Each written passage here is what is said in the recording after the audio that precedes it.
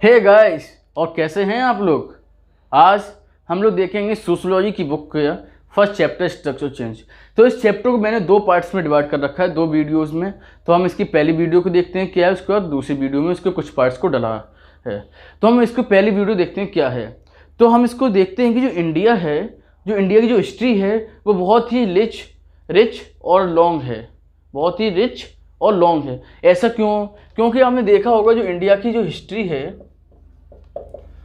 वो 3 पार्ट्स में डिवाइड है, एंशिएंट, मेडिवल एंड मॉडर्न। कितने पार्ट्स में डिवाइड है? 3 पार्ट्स में।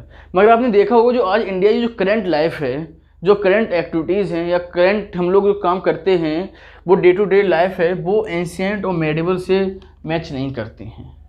और अगर मैच भी करेंगी तो 10% मैच करेंगे। मगर जो इंडिया की जो day to day current activities हैं वो मॉडर्न से मोर देन 60 to 70% मैच मिल जाएंगे आपको, मोर देन 60 to 70% मैच करेंगे। तो आप देखेंगे कि मॉडर्न से हम, अब आप कहेंगे क्या मॉडर्न से हमारी एक्टिविटीज़ मैच कर रही हैं, तो इसको देखते हैं। पहली बात तो ये है कि मॉडर्न रूल कब से इस्टेब्लिश हुआ है इंडिया, मॉडर्न हिस्ट्री कब से स्टार्ट हुई है। तो मॉडर्न हिस्ट्री स्टार्ट हुई है इंडिया में ब्रिटिश रूल से। तो इसका मतलब है कि हम जो एक्टिविटीज़ कर रहे हैं तो वो हमारी ब्रिटिश रूल से निकली हुई हैं। हाँ, ब्रिटिश रूल से ही निकली हुई हैं, और इसी को हम बोलते हैं ब्रिटिश मॉडल। क्या बोलते हैं इसको? उनकी चीज़ों को हम फॉलो कर रहे हैं उसको बोलेंगे ब्रिटिश मॉडल। क्या बोलेंगे? British model. तो आप कहीं क्या फॉलो करते हैं ये बताइए। तो आप बताते हैं क्या फॉलो करते हैं। Parliamentary system. ये क्या है? ब्रिटिशर्स की थिंग है पार्लियामेंट्री सिस्टम, इंडिया में नहीं था। लीगल सिस्टम जो आज फॉलो हो रहा है ब्रिटिशर्स वाला हो रहा है। पॉलिस सिस्टम जो इंडिया में आज फॉलो हो रहा है ब्रिटिशर्स वाला हो रहा है। जो आप लेफ्ट साइड ड्राइविंग करते हैं ना व्हीकल की, लेफ्ट साइड ड्राइविंग, ये भी ब्रिटिशर्स का ही है। और आपने देखा होगा स्ट्रीट्स की साइड में ऑमलेट कटलेट्स होती हैं खाने के लिए, वो भी ब्रिटिशर्स का ही है। और यहाँ तक कि इंडिया में एक बिस्कुट की कंपनी भी ब्रिटेन के नाम में, ब्रिटानिया। और आपने देखा होगा कि आज फॉरमोस्ट सबसे ज़्यादा लैंग्वेज यूज हो रही है वो है इंग्लिश। तो इंग्लिश कोई इंडिया की एंशिएंट या मेडिवल लैंग्वेज नहीं है, इंडिया कोई कल्चरल लैंग्वेज नहीं है इंग्लिश। इंग्लिश क्या है? मॉडर्न हिस्ट्री में आई, ब्रिटिश रूल लेकर आए, और ये ब्रिटिश मॉडल की एग्जाम्पल है इंग्लिश लैंग्वेज। और आपको देख के हैरानी होगी आज इंडिया में इंग्लिश के स्पीकिंग ही लोग नहीं हैं, बल्कि इंग्लिश के लिटरेचर के राइटर भी हैं इंडिया में। आपको इसका एग्जाम्पल दे दें हम, तो चेतन भगत, आपने नाम सुना हो चेतन भगत। तो ये कौन है? इंग्लिश के लिटरेचर के राइटर हैं चेतन भगत। और आपने इनकी बुक का एक हम एग्जाम्पल दे सकते हैं हाफ गर्लफ्रेंड, जो आपने मूवी देखी होगी हाफ गर्लफ्रेंड।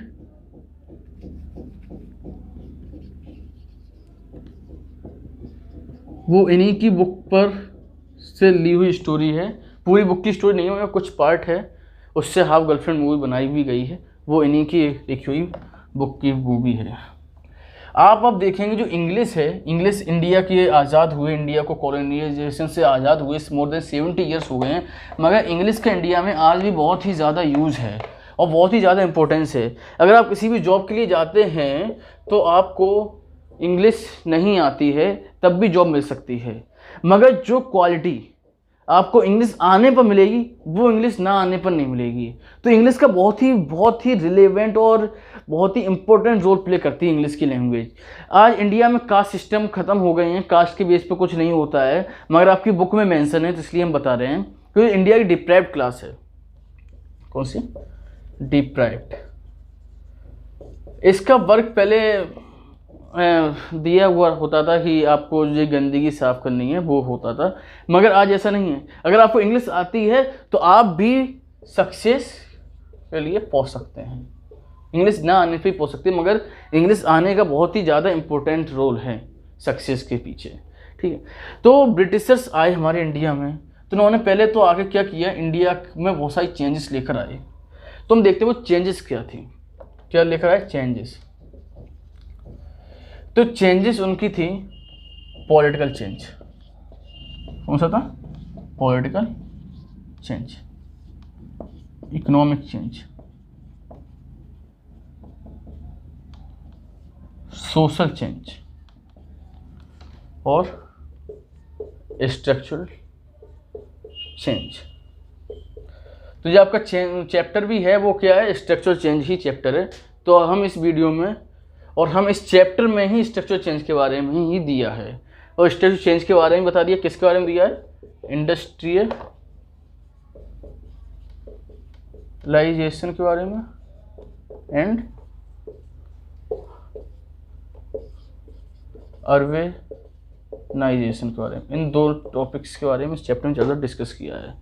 तो हमने देखा कि जो मॉडर्न टाइम पीरियड है वो ब्रिटिशर्स के रूल से आया है और उन्होंने ही सब कुछ किया है। तो ये क्या है, ब्रिटिशर्स का रूल क्या कहलाएगा इंडिया में, वो कहलाएगा कॉलोनियलाइजेशन। क्या कहलाएगा, कॉलोनियलाइजेशन। तो हम देखते हैं कॉलोनियलाइजेशन होता क्या है। आपकी बुक में एक डेफिनेशन मेंशन की है, हम उसके बारे में पहले बताते हैं कॉलोनाइजेशन के बारे में। उस डेफिनेशन के बेस पे कॉलोनाइजेशन ये है कि एक कंट्री का दूसरी कंट्री पर रूल एस्टेब्लिश करना। क्या है, कॉलोनाइज है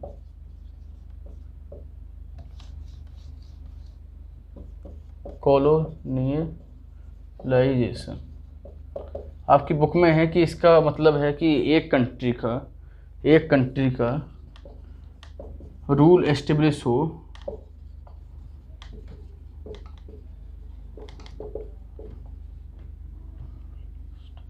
ओवर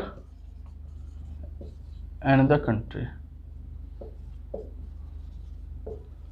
इसका मतलब ये है कि एक कंट्री का दूसरी कंट्री के ऊपर रूल एस्टेब्लिश करना। इंग्लिश में आप कहेंगे तो colonialism is a thing from where the colonialism is a system by which one country control और establish rule over the another country. ये आपको डेफिनेशन याद करनी हो या समझनी हो सही है। एक डेफिनेशन और है, वो आपकी बुक में मेंशन नहीं की है, मगर एक डेफिनेशन और है, colonialisation is a feeling that inspire the people to rule over the other. ये आपके लिए बहुत ही अच्छा रोल प्ले करेगी। डेफिनेशन राइटर्स के चेकर के माइंड में अच्छे से क्रूशियल रोल प्ले करेगा। क्या है, कॉलोनाइजेशन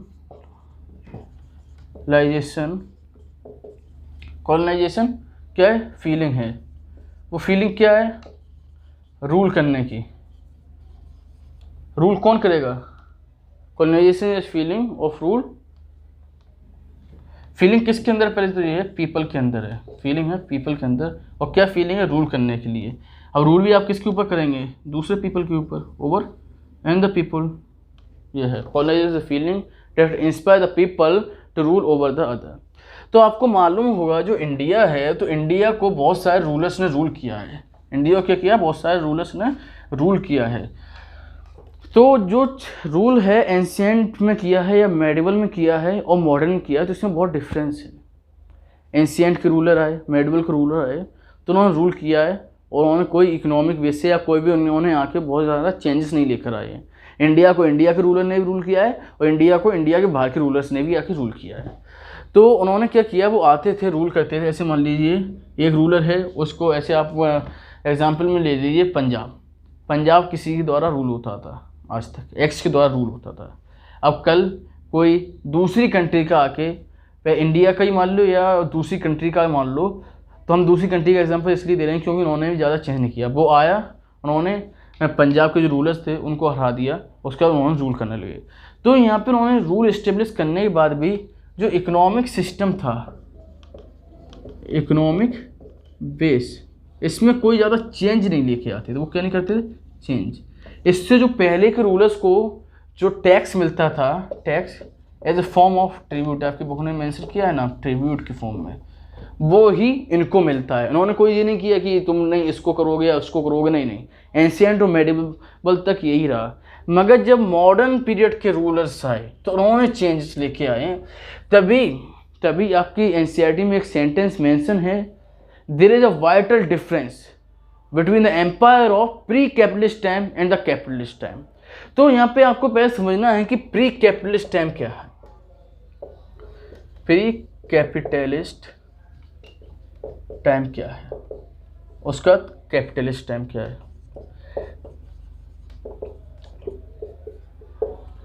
तो प्री कैपिटलिस्ट टाइम में वो रूलर्स हैं जो एंशिएंट और मेडिवल के रूलर्स थे। तो उन्होंने क्या किया, उन्होंने ज़्यादा चेंजेस नहीं लेकर आए, आपको हमने बता दिया है कि वो आए, उन्होंने रूल किया, पहले रूलर कर रहा था वैसे ही रूल किया, उसके बाद चले गए, उन्होंने कोई इसमें चेंज नहीं किया। मगर जो कैपिटलिस्ट टाइम में जो रूलर्स थे वो मॉडर्न हिस्ट्री के रूलर्स थे, और जो थे कि ब्रिटिशर्स। तो इन्होंने बहुत ही ज़्यादा रूल में उन्होंने बहुत ही ज़्यादा इंडिया में आके चेंजेस लेकर आए को। इनका देखो मोटिव ही क्या है, कैपिटलिस्ट। एनसीईआरटी क्या कह रही, कैपिटलिस्ट। कैपिटलिस्ट मतलब पूंजीवाद, पैसे का रूल। तो उन्होंने मतलब क्या किया है वो हम देखते हैं।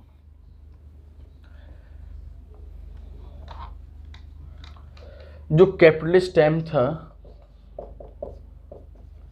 तो कैपिटलिस्ट टाइम में जो एम्पायर था वो ब्रिटिशर्स थे, क्या था, ब्रिटिशर्स था। और इनका मोटिव ही क्या है, कैपिटलिस्ट। तो कैपिटलिस्ट मतलब पैसा, क्या, मनी। तो मनी के लिए, ज़्यादा मनी के लिए ये क्या करने लगे, यहाँ पे आके पॉलिसीज़ बनाने लगे। क्या बनाने लगे, पॉलिसीज़, इससे ना ज़्यादा पैसा मिले। उस पॉलिसीज़ में आपको एग्जाम्पल देते हैं क्या क्या पॉलिसीज़ बनाई है। तो उन्होंने पॉलिसीज़ बनाई हैं लैंड एक्ट।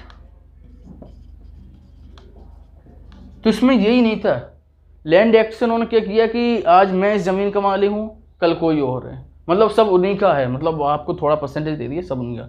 और इतने पर ही नहीं रुके, लैंड एक्ट में उन्होंने ये भी कह दिया कि आपको कौन सा एग्रीकल्चर ग्रो करना है, कौन सा नहीं करना है। पहले इंडिया में एग्रीकल्चर हो रहा राइस, वीट, मगर उन्होंने कहा नहीं, इसको नहीं करोगे। किसको करोगे, कॉटन को,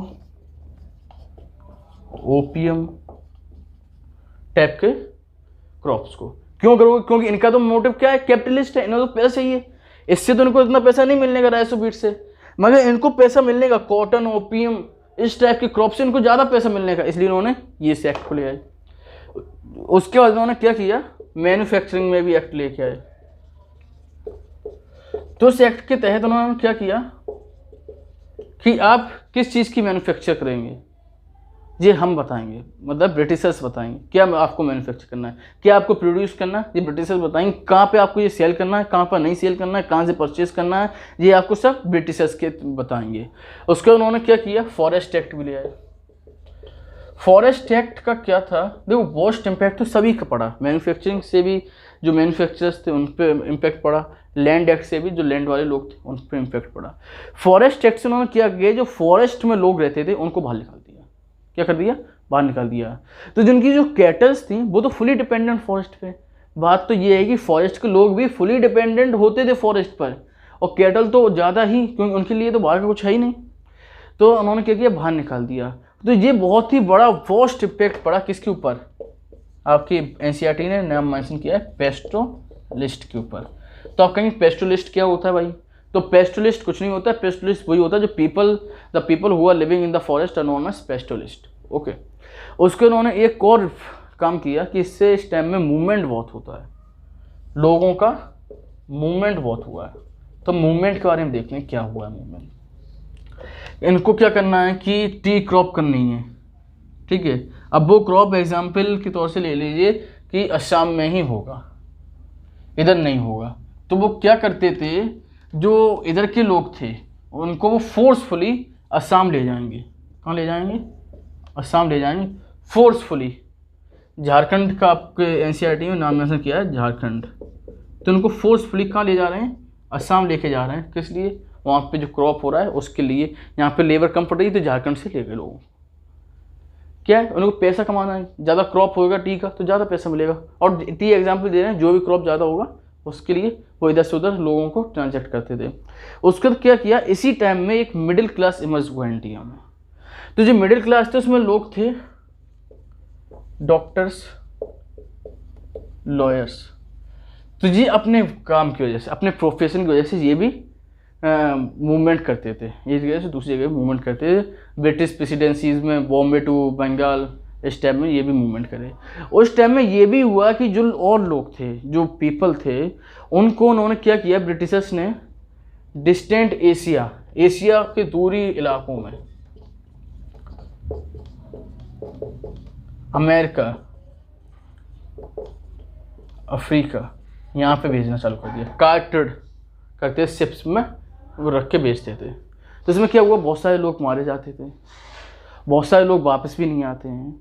तो आज जो बहुत सारे लोग वापस नहीं आए, मारे नहीं गए, वहाँ पे ही रह गए, जैसे अमेरिका भेज दिया तो अमेरिका में रह गए, किसी को अफ्रीका भेज दिया अफ्रीका में रह गए, या डिस्टेंट एशिया मतलब रसिया, डिस्टेंट एशिया में रसिया आपका आ गए, मतलब दूर दूर एशिया के जो पार्ट्स हैं उसमें भेज दिया, तो वहाँ पे जो लोग रह गए तो उन्हीं के ही आज डिसेंडेंट्स को आज क्या कहते हैं हम लोग, इंडियन ओरिजिन के लोग। आपने कभी देखा होगा कि आज अमेरिका में इंडियन ओरिजिन के इसको अवार्ड मिला, तो ये कौन है कि वो लोगों को भेजा गया था वहाँ पे वर्क के लिए, तो उन्हीं के वो डिस्टेंडेंट्स, उन्हीं के बच्चे हैं, उन्हीं के बच्चों के बच्चे जो हैं आज के टाइम में, उन्हों को ही बोलते हैं इंडियन ओरिजिन से ये बिलोंग करते हैं। ओके, तो ब्रिटिशर्स ने क्या किया, अपने जो इनका जो फंक्शनिंग था ये बहुत ही स्मूथ रहे। इंडिया में को कॉलोनी बनाने के लिए जो इनके कॉलोनाइजेशन का फंक्शन था, कॉलोनाइजेशन का फंक्शन था, वो बहुत ही स्मूथ रहे। इसके लिए इन्होंने क्या किया, चेंजेस लेके आ गए। क्या ले आए, चेंजेस ले आए। क्या लेकर आते हैं, चेंजेस। अब वो चेंजेस क्या थी इनकी, उसको बारे में देखते हैं। चेंजेस इनकी लीगल थी, कल्चरल थी और आर्किटेक्चर थी। ये चेंजेस लेकर आते हैं वो। तो आपको बताते हैं हम कि ये चेंजेस लेकर आए, इन तीनों की स्पेयर में लेकर आए चेंजेस। ये चेंजेस वो डेलिबरेटली भी लेकर आते हैं तो और अनइंटेंसिवली लेकर आते हैं। मतलब उनकी जो चेंजेस लेकर आए उनके पीछे एक डेलिबरेटली उनका जानबूझकर था कि हम ये चेंजेस लेके आएंगे तो इससे हमारा ये मोटिव है, ये फुलफिल होगा। और कभी कभी ऐसा हुआ कि अनइंटेंडेड है, वो चेंजेस तो ले आए मगर उनको खुद नहीं मालूम था इससे ये भी हो सकता है। तो ऐसे इन्होंने देखिए कि इंडिया में ये क्या लेकर आए हैं, इंडिया में इन्होंने वेस्टर्न एजुकेशन को लेकर आए। तो वो इसको लेकर आए थे, इनका उसके पीछे डेलिबरेटली रीज़न ये था, जानबूझकर लेकर आने का रीज़न ये था कि जो इंडिया के लोग हैं वो ये सीखें कि कॉलोनाइजेशन को कैसे कंट्रोल करते हैं। मगर इससे अनइंटेंडेड क्या प्रभाव पड़ता है इंडिया के लोगों के, वो प्रभाव ये पड़ता है कि वो ये सीख जाते हैं कि ये हमारे ऊपर कंट्रोल कर रहे हैं। इसका मतलब कि इनको दूसरी कंट्रीज, जैसे अमेरिका में इनका रूल था, अमेरिका से इनका ख़त्म कर दिया गया रूल, तो इसका मतलब इनको दूसरी कंट्रीज़ में ख़त्म किया गया है, तो इसका मतलब हम भी इन्हें ख़त्म कर सकते हैं। तो इंडिया के लोगों में इन्होंने क्या फीलिंग डेवलप कर दी, नेशनलाइजेशन की,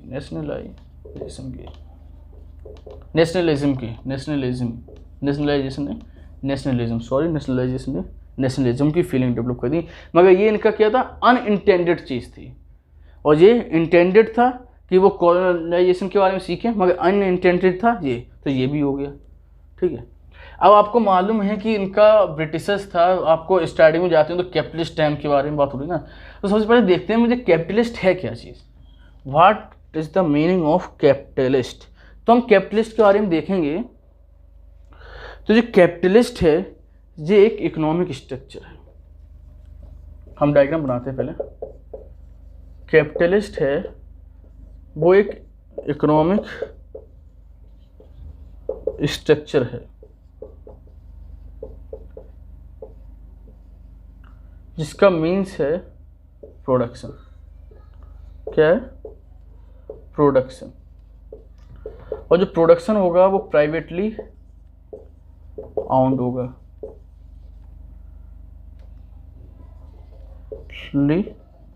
ऑन्ड होगा, और उसका मोटिव होगा प्रॉफिट। किसमें, मार्केट में। इस तरीके से आप डायग्राम बना सकते हैं। तो हम समझाते क्या है। जो कैपिटलिस्ट है, जो कैपिटल वाला है, तो आपका ये आ जाता है what do you mean by capitalism. लिज्म आता है, कैपिटलिस्ट आता है ये, तो उसको जो इस चीज़ को फॉलो करते हैं उनको कैपिटलिस्ट कहते हैं। कैपिटलिज्म कहलाता क्या है वो बताते हैं। तो जो कैपिटलिज्म है वो एक इकोनॉमिक स्ट्रक्चर है। इकोनॉमिक स्ट्रक्चर में क्या होता है, इनका मतलब होता है कि प्रोडक्शन किया जाए, चीज़ों का ज़्यादा ज़्यादा प्रोडक्शन किया जाए, और उस प्रोडक्शन को जो प्रोडक्ट होता है, जो प्रोडक्ट हो रहा है वो प्राइवेटली ऑन्ड होता है, एक ही बंदा उस पर ऑन्ड करा होगा, और वो ऑन्ड होता है, उसका क्या काम होता है, प्रॉफिट कमाना। सोसाइटी का वेलफेयर नहीं हो रहा है यहाँ पे, इनका सिर्फ मोटिव है प्रॉफिट कमाओ, और कहाँ पे कमाओगे, मार्केट में कमाओगे। तो ये होता है। तो ये कॉलोनाइजेशन और जो कैपिटलिस्ट है, तो ये इन दोनों का बहुत ही ज़्यादा मेल था, क्योंकि जो कॉलोनाइजेशन की फीलिंग भी आई है वो कैपिटलिस्ट से ही एक तरीके से जाए, कैपिटलिज्म से ही बिलोंग हुई है, क्योंकि कैपिटलिज्म में ही है ज़्यादा पैसे का। तो कॉलोनी बना के वो क्या करते थे, ज़्यादा से ज़्यादा दूसरी कंट्रीज़ के रिसोर्सेज को निकालते थे, अपने कंट्री में ले जाते थे। तो होता क्या है, जो कैपिटलिज्म है वो वेस्ट में डेवलप होता है। कहाँ पे होता है, वेस्ट में। वेस्ट में आपका क्या है, यूरोप कंट्री है। कैपिटलिज्म है वो वेस्ट में डेवलप होता है, और वेस्ट में आपको मालूम है क्या है, यूरोप है, यूरोपियन कंट्रीज है, तो मतलब यूरोपियन कंट्रीज में। इसका क्या मोटिव होता है, इसका मोटिव यही होता है कि दूसरी कंट्री में जाओ कॉलोनी बना लो। जब आप कॉलोनी बनाओगे तो वहाँ की रिसोर्सेज को आप लेके आ पाओगे। तो क्या करते हैं, ये दूसरी कंट्रीज में यूरोपियन कंट्री दूसरी कंट्री को क्या बना लेते, कॉलोनी बना लेते। कॉलोनी बनाने से क्या करते थे, वहाँ की जो दूसरी कंट्री की जो कॉलोनी है, ऐसे ब्रिटेन ने, इंग्लैंड ने इंडिया को कॉलोनी बनाया, तो इंडिया जो कॉलोनी बन गई तो यहाँ की जो इकोनॉमी है, वेल्थ है, उसको ये प्लंडर कर देते थे। प्लंडर करने का मतलब लूट लेते थे यहाँ की वेल्थ को, रिसोर्सेज को, पैसा और रिसोर्सेज को। और क्या करते थे, और इस चीज़ के लिए क्या करते थे, ये टेक्नोलॉजी को बढ़ाते थे। टेक्नोलॉजी को इंक्रीज करते थे। किसको इंक्रीज करते थे, टेक्नोलॉजी को। इससे क्या होता था कि टेक्नोलॉजी को इंक्रीज किया, टेक्नोलॉजी में इन्होंने कह दिया कि टी से ज़्यादा पैसा आ रहा है, इन्हें मालूम है टी से आ रहा है, तो ये एग्रीकल्चर की परवाह न करे हुए, यहाँ पे कहीं कॉटन नहीं होता है मगर वहाँ पे ये कॉटन नहीं है। यहाँ से जो मिट्टी का जो रिसोर्स है, उसकी जो न्यूट्रिएंट है वो तो ख़त्म होता है, मगर जो मिट्टी है, जो फील्ड है, वो ख़राब भी हो जाता है। तो ये भी इसमें एक पॉइंट आ जाएगा कि इससे क्या हो जाता था, हार्नेस हो जाते हुआ, हार्नेस हो जाता था किसका, एग्रीकल्चर का। ठीक है, तो आपको बताएं जो कैपिटलिज्म है वो एक तरीके से देखा जाए तो आज पूरे ग्लोबल मार्केट में चल रहा है। मतलब ये है, कैपिटलिज्म आया तो वेस्टर्न में, यूरोपियन कंट्रीज में, मगर आज ये नहीं है पूरे दुनिया में फॉलो होता है। पूरी दुनिया में मतलब चल रहा है, फॉलो नहीं, मगर पूरी दुनिया में मतलब आप कहीं पे भी जाके फॉलो कर सकते हो कैपिटलिज्म को। ठीक है, तो ऐसा क्यों है कि ये कैपिटलिज्म है पूरी दुनिया में फॉलो कर रहा है, इसका मतलब बहुत बड़ी चीज़ है। तो इसका मतलब ये डायनामिक है। कैसा है, डायनामिक है। अब आप कहेंगे डायनामिक क्यों है, कैपिटलिज्म डायनामिक क्यों है, क्योंकि इसके पास पोटेंशियल है। क्या है इसके पास, पोटेंशियल है, किसके लिए, एक्सप्लोर करने के लिए। किसके लिए, एक्सप्लोर करने के लिए, एक्सपेंड करने के लिए और प्रमोट करने के लिए। अपनी चीज़ों को एक्सप्लोर कर सकते हैं, ये एक्सपेंड कर सकते हैं और प्रमोट कर सकते हैं। इनके पास ये क्या है, ये एक्सपेंड प्रमोट करने का पोटेंशियल है, इसलिए क्या है, डायनेमिक है। क्या चीज़ है, डायनेमिक, कैपिटलिज्म है। ठीक है, और अब देखते हैं हम क्या है आगे। आपको मालूम होगा कि आज के टाइम में अगर हमको एक कंट्री से दूसरी कंट्री में जाना है, मैं इंडिया में हूँ, अमेरिका में जाना है मुझे, या other country, European country, western country, किसी भी कंट्री में जाना है, तो मुझे क्या चाहिए होता है, इंटरनेशनल वीज़ा चाहिए होता है। मगर वर्ल्ड वार फर्स्ट है, उससे पहले कोई भी इंटरनेशनल वीज़ा नहीं लगता था। क्या नहीं लगता था, इंटरनेशनल वीज़ा नहीं लगता था। और उस टाइम पीरियड में बहुत ही कम लोगों के पास इंटरनेशनल वीज़ा हुआ भी करता था। और सॉरी, वर्ल्ड वार फर्स्ट नहीं, वर्ल्ड वार सेकंड से पहले ही बात कर रहा हूँ। वर्ल्ड वार सेकंड से पहले किसी के पास भी कोई पासपोर्ट नहीं हुआ करता था, मगर आज के टाइम में सबके पास होता है। अगर आपको आज अमेरिका जाना है तो आपके पास क्या होना चाहिए, पासपोर्ट होना चाहिए। उस टाइम वर्ल्ड वार सेकंड से पहले तो बहुत ही फ्यू लोगों के पास ये पासपोर्ट होते थे। तो आपको देखा है कि ये चीज़ क्यों है, पासपोर्ट होना क्या नेसेसरी है, क्योंकि नेशनलिटी का फ़र्क हो जाता है ना, कि हम इंडिया में हैं तो हम कहाँ के हैं, इंडियन हैं। अमेरिका नेशन हमारा इंडिया है, नेशनलिटी हमारी इंडियन हो गई। अमेरिका है तो अमेरिका का जो नेशन है वो अमेरिका हो गया, और वहाँ के लोग हैं उनकी नेशनलिटी अमेरिकन हो गई। तो नेशनलिटी का भी चीज़ है, ये भी ब्रिटिशर्स लेकर आए हमारे लिए। अब ब्रिटिशर्स लेकर तो आए इस चीज़ को, उन्होंने इस चीज़ को दिखाया हम लोगों को, मगर इससे क्या होता है कि इंडिया के जो रूलर्स थे, जो इंडिया के जो लीडर्स थे, रूलर्स तो नहीं थे मगर लीडर्स थे, वो इस चीज़ को बहुत जल्दी समझ गए। उन्होंने कहा कि नेशनलिटी क्या है, कि जब हम अपने फैसलों को, इंडिया में मैं रह रहा हूँ तो मैं जब नेशनलिज्म की मेरे अंदर फीलिंग आ जाएगी तो ये होगा कि इंडिया के लोग अपने फैसलों को सोवरेन तरीके से अपने ऊपर ले सकें। किसी का उन पे इंटरडिपेंडेंट किसी के ऊपर नहीं हो, वो समझ रहे ना, कि मेरे फैसले में कोई भी ब्रिटिशर्स ये ना कहे कि नहीं तुमको ये लेना है। सजेशन एक अलग चीज़ है, मगर कोई आपको फोर्स ना कर सके, अपने फैसले को खुद ले लें। तो ये चीज़ों को इंडिया के लीडर्स को आए और इंडिया के लीडर्स ने इसको ग्रैस्प किया, बहुत जल्दी इसको पकड़ा, और उन्होंने फिर क्या किया, इन ब्रिटिशर्स से क्या मांगा, स्वराज मांगा, पॉलिटिकल भी मांगा और इकोनॉमिक भी मांगा। इससे क्या था कि उनको आज़ादी चाहिए थी कि वो अपने फैसलों को अपने आप से ले सकें। तो इसी चीज़ों को हमने इतना, हम आज की वीडियो हम इतना ही देखेंगे। अगली वीडियो में हम इसके आगे के पार्ट्स को देखेंगे। Thank you for listening me.